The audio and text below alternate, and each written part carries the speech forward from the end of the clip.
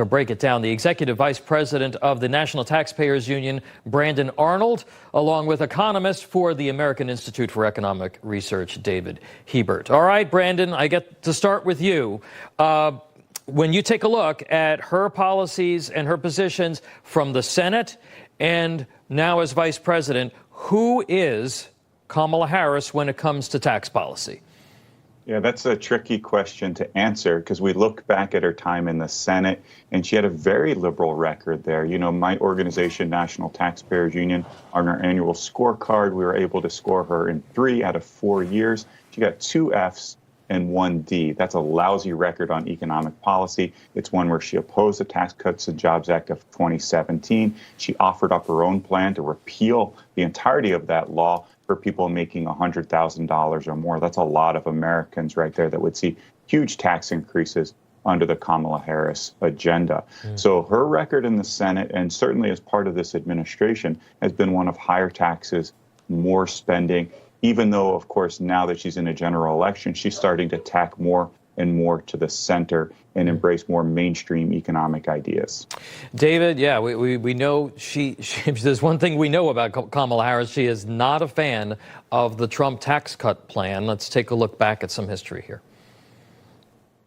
On day one, Joe Biden will repeal that tax bill. He'll get rid of it.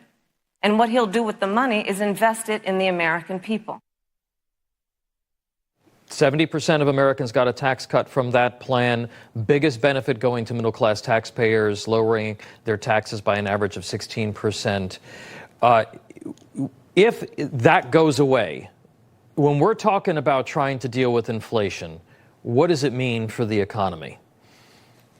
Yeah, so if that goes away, what we're going to see are Americans having fewer dollars left over at the end of their pay period to buy the now more expensive goods at the store and the grocery store and everywhere else. So this would be a really hard thing for Americans to swallow. Having fewer dollars in a time of high inflation is just kind of an economic disaster.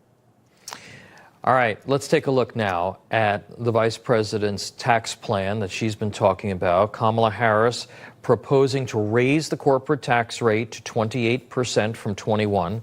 On top of that, she wants to see capital gains taxes soar from 28 to 28% from roughly 20%. Also taxing unrealized capital gains from 0 to 25%. And increasing other income taxes. So all this stuff is going up. Talk to me, Brandon, about your assessment of how that would impact the economy overall, but also the inflation.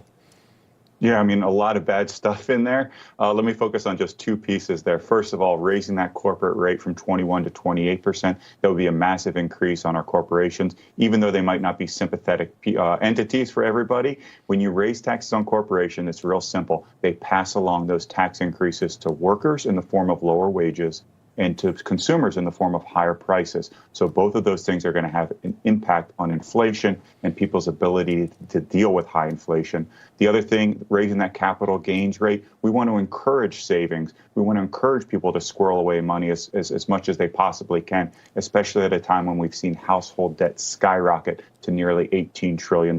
This moves in the wrong direction. David, talk to us about the unrealized capital gains, because this is perhaps one of the most radical parts of her plan. And what does that mean for retirement accounts, for people who are in the stock market, for folks who are business owners, if that were to come to pass? Yeah, so it's important to note, as was just said, that the reason we tax capital gains at a lower rate is to encourage saving and investment, because we know that savings and investment are what grow economies, not consumption. It's investment and savings. And so when you want to start taxing unrealized capital gains, what you're going to end up doing is discouraging people from holding on to investments. This is a bad idea. All right. Brandon Arnold, David Hebert, thank you so much. I appreciate you both. Thank you. Thank you.